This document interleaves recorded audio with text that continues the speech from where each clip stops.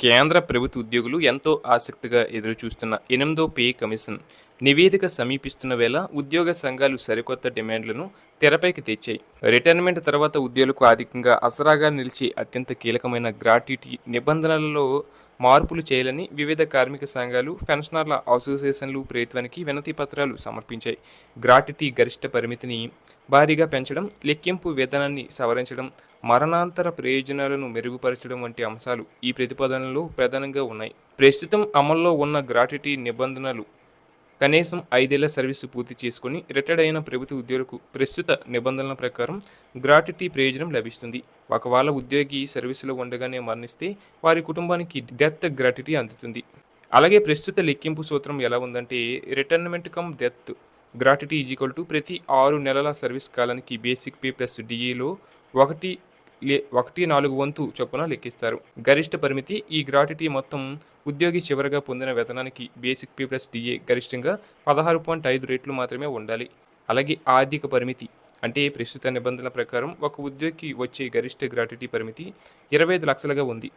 అలాగే Indian railways technical supervisors association తన మెమోరాండంలో gratuity గరిష్ట పరిమితిని 50 లక్షలకు పెంచాలని డిమాండ్ చేసింది. ఇక కొత్త లెక్కింపు విధానం వచ్చేసి gratuity is equal to 1/3 into basic pay plus DA పూర్తయిన 6 నెలల సర్వీస్ కాలం.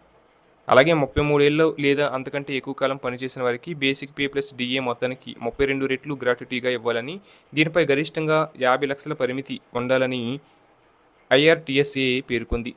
అలాగే మరణాంతర గ్రాట్యుటీ పెంపు డిమాండ్లు ఉద్యోగి సర్వీసు కాలాన్ని బట్టి డెత్ గ్రాట్యుటీని ఈ కింద విధంగా మార్చాలని కోరింది. ఏడాదిలోపు సర్వీస్ బేసిక్ పేకు 4 రెట్లు, ఏడాది నుంచి 5 ఏళ్ల లోపు బేసిక్ పేకు 12 రెట్లు, 5 ఏళ్ల నుంచి 11 ఏళ్ల లోపు బేసిక్ పేకు 24 రెట్లు, 11 ఏళ్ల నుంచి 20 ఏళ్ల లోపు బేసిక్ పేకు 30 రెట్లు.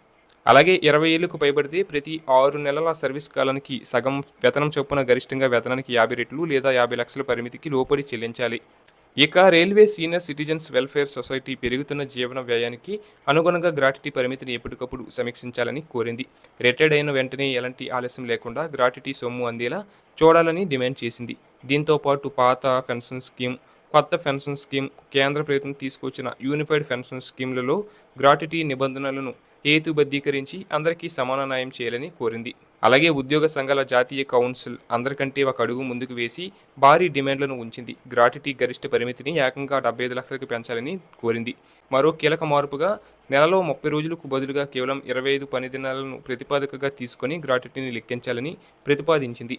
పేమెంట్ ఆఫ్ గ్రాట్యుటీ యాక్ట్ పరిధిలోకి వచ్చే ఇతర రంగాల ఉద్యోగుల తరహాలోనే ప్రభుత్వ ఉద్యోగులకు లబ్ధి చేకూర్చాలని స్పష్టం చేసింది.